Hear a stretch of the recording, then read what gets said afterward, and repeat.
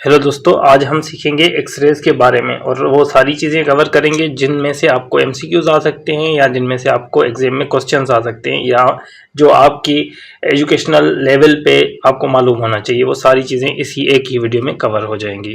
पहले हम ये सीखेंगे कि आखिर एक्सरेज हैं क्या, इनकी नेचर क्या है। हम पहले ये सीखेंगे, उसके बाद हम ये डिस्कस करेंगे कि आखिर इनको डिस्कवर किसने किया था।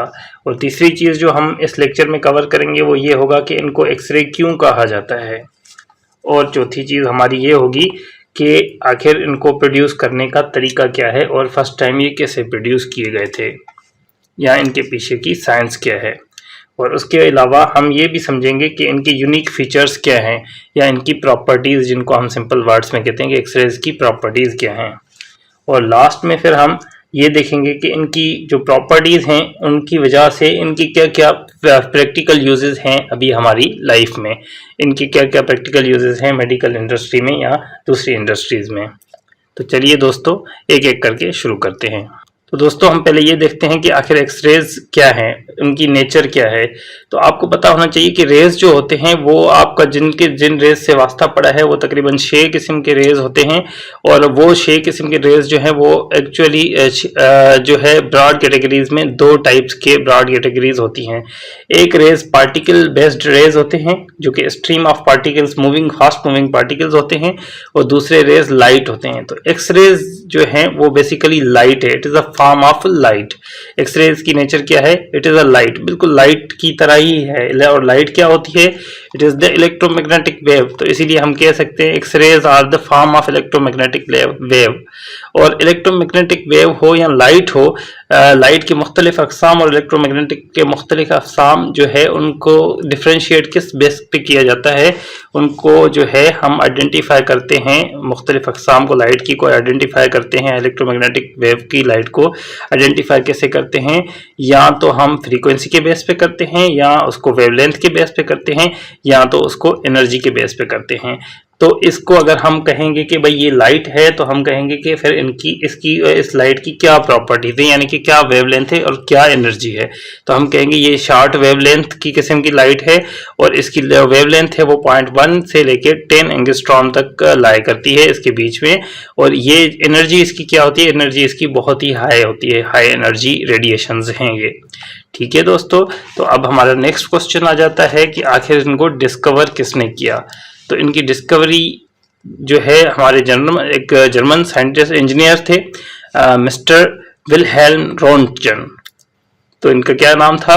जर्मन इंजीनियर थे मिस्टर विलहेल्म रोंटगन। और इन्होंने तकरीबन 1895 में इन रेडिएशंस को डिस्कवर किया जब वो काम कर रहे थे डिस्चार्ज ट्यूब पे, अपना रूटीन का कोई रिसर्च वर्क कर रहे थे डिस्चार्ज ट्यूब पे, जब इनका इन रेडिएशन से वास्ता पड़ा।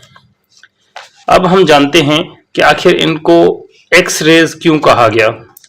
दोस्तों, मैथमेटिक्स में जब भी आप कोई मैथमेटिक्स, भले आपको छठी क्लास की कर रहे हो या 10वीं क्लास की कर रहे हो, तो मैथमेटिक्स का एक बहुत ही बेसिक सा प्रिंसिपल होता है कि जब आपको कोई चीज़ अननोन होती हो, कोई वैल्यू अननोन होती हो या कोई फैक्टर अननोन होता हो, तो आप उसको एक्स सपोज कर लेते हैं। तो ये रेडिएशंस जब दरियाफ्त हुए थे तो इनके बारे में पता नहीं था कि ये रेडिएशंस आखिर क्या हैं, इनकी नेचर क्या है। क्या ये पार्टिकल बेस्ड रेडिएशंस हैं या ये लाइट बेस्ड रेडिएशंस हैं, या क्या ये इलेक्ट्रोमैग्नेटिक वेव्स हैं। जैसे कि अभी हमने समझा कि ये इलेक्ट्रोमैग्नेटिक वेव्स हैं, बट इनकी नेचर उस टाइम नोन नहीं थी। तो इसीलिए फिर सपोज किया गया कि ये एक्स रेज हैं जिनको हमें कोई पता नहीं है। ठीक है, बट ये पता था कि वो प्रोड्यूस कैसे होते हैं।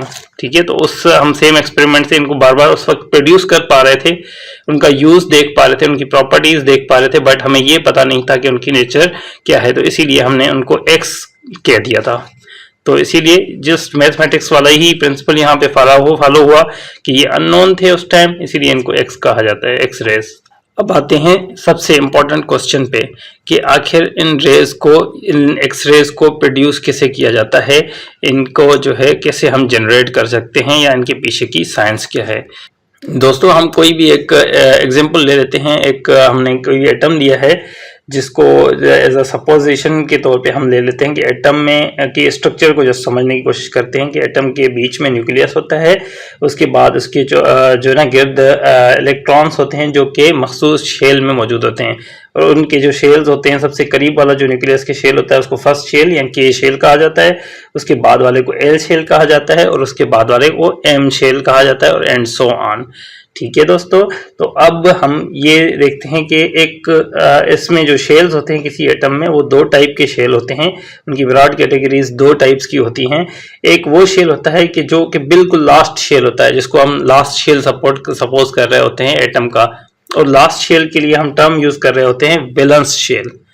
और वैलेंस शेल के अलावा जो कि वैलेंस शेल के इनसाइड पे जो भी न्यूक्लियस की तरफ जो है शेल्स मौजूद होते हैं उन सारों को हम इनर शेल्स या कोर शेल्स कहते हैं। ठीक है, तो हमें ये कॉन्सेप्ट याद रखना है जब भी हमें एक्सरे की प्रोडक्शन को समझना है, तो ये हमें बेसिक कॉन्सेप्ट पता होना चाहिए कि एटम के दो किस्म के शेल होते हैं, एक हमारा वैलेंस शेल होता है, दूसरे हमारे इनर शेल्स होते हैं सारे के सारे। और जो एक्सरेज होते हैं वो हमेशा तब प्रोड्यूस होते हैं जब इन इनर शेल्स में जो मौजूद इलेक्ट्रॉन हैं उनमें ट्रांजिशन हो, यानी कि वो जो है जब भी हायर शेल से लोअर शेल की तरफ मूव करें तो फिर वो एनर्जी जो इमिट करेंगे वो एक्सरेज होंगे।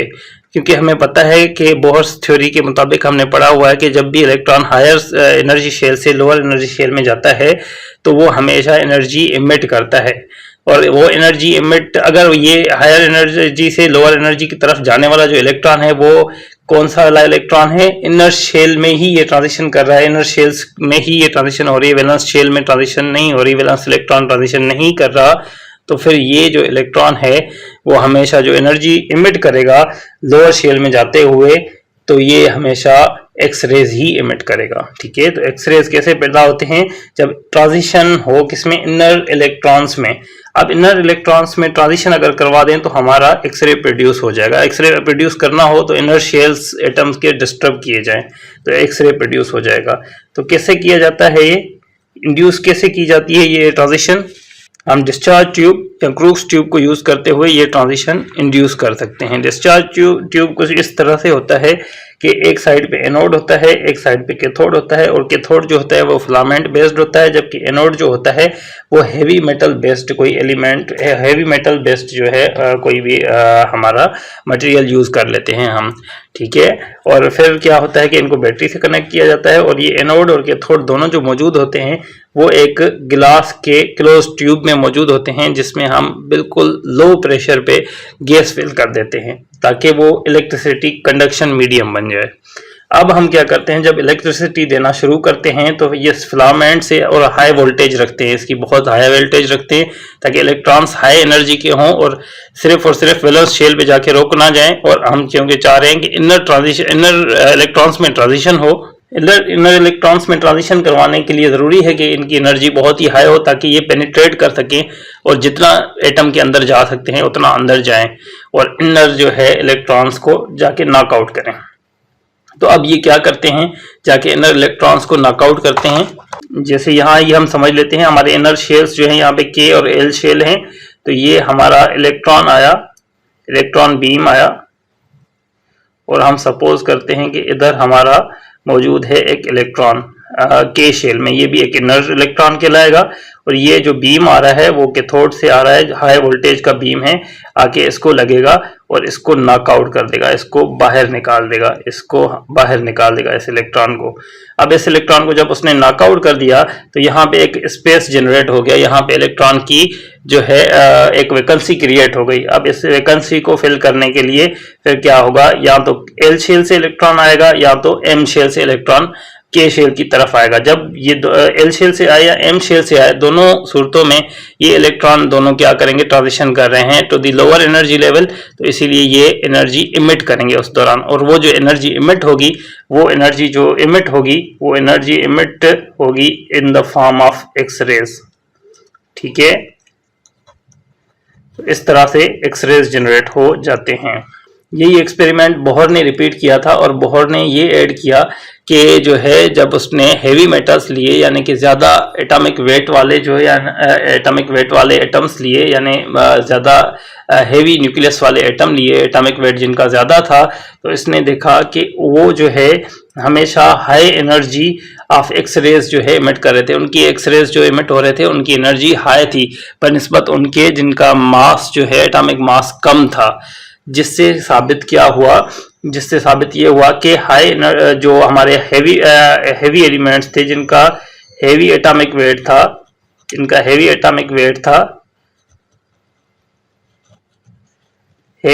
वेट वालों में अक्सर करके जो है ट्रांजिशन जो हो रही थी, जो इलेक्ट्रॉन जहां से नॉकआउट हो रहा था वो के शेल था। तो इसीलिए जो हमारी एक्सरेज प्रोड्यूस हो रही थी उन एक्सरेज की एनर्जी हाई थी, हाई एनर्जी, और हाई एनर्जी की वजह से इस एक्सरेज जिनकी हाई एनर्जी थी उनको उसने कहा के सीरीज एक्सरेज, ठीक है। और जो लो एटॉमिक वेट